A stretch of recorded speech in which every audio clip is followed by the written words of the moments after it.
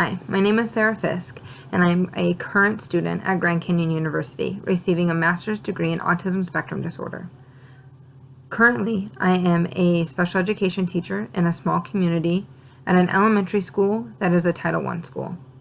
During this course, we were asked to take a self-survey on professional dispositions. During the survey, I had learned a lot. I had learned that I kind of scored evenly throughout the whole assessment. There wasn't one part of the assessment that stood out more than the other.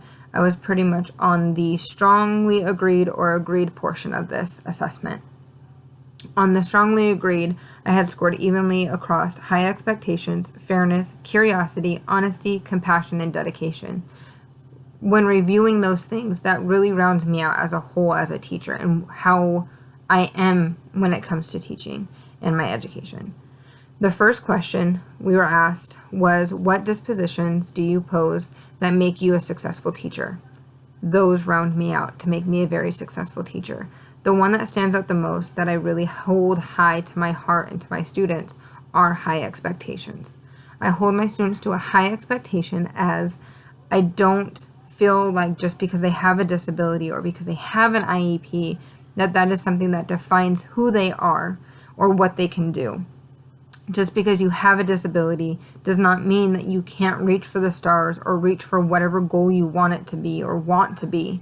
Just because you have an IEP doesn't mean it's a lifelong sentence. Some of these students, yes, they will need it for them to be able to graduate, but some of my students, they don't need it. They just need it to be that next stepping stone to be able to be successful in school. Doesn't mean that they need it all the way for them to be to high school. And I am that teacher that will be able to cheer them on to be able to be successful and set those standards to be able for them to achieve to go to the next round. The next question was, what dispositions do you need to work on to grow as an educator? For me, that was respect the diversity of others, professional conduct, reflection, and advocacy. Even though I did not score really low, I put those as I agree with them, and that was not as a negative thing. That was just more of a reflection of that is just areas that I feel like I could grow, as when going into a smaller community, there's always different diverse. The community that I work for, we are the most stable things for our students, because sometimes they don't know when their next meal is going to be. They don't know if they're going to go home and who they're going to go home to, if their mom or dad are going to be there, or if it's going to be grandma at the front door or grandpa. We are their stability in that community. And so just having that diversity in there, and then we have military on top of that. We have homeless students, we have poverty in our community. So those are just things that I feel as a teacher that those are the areas that we can always work on and always learn how to grow. The last question that we were asked was, what does a professional educator look like and how do they behave? This question, I believe, is always on a personal and more individualized question. The reason why I say that is because if you're a PE teacher, you're going to wear workout clothes. If you're a gen ed teacher, it depends on what makes you feel comfortable in the classroom.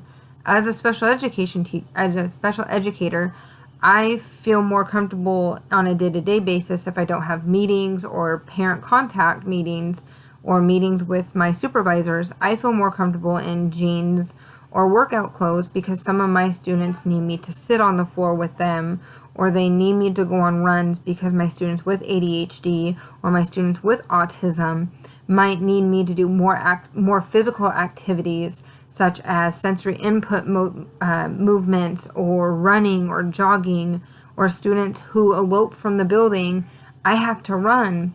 So me being more comfortable in clothes that allow me to have more movement makes me more comfortable than wearing wedges or dresses or things that other people might feel more comfortable in than I do.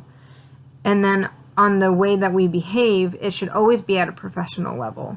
Even though maybe on the outside, walking out in the hallways and you see a teacher that is walking like a duck or a robot or pretending they're in outer space, just looking from an outside point of view, maybe that student has autism, or maybe that student for the day to be able to get them to go to the next class, that's how they needed to act to be able to do that.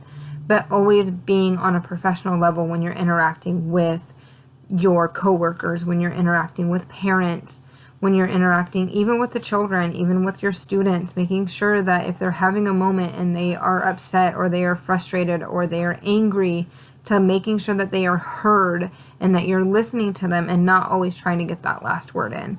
That is always being professional, and that's how a educator should act. Thank you for listening.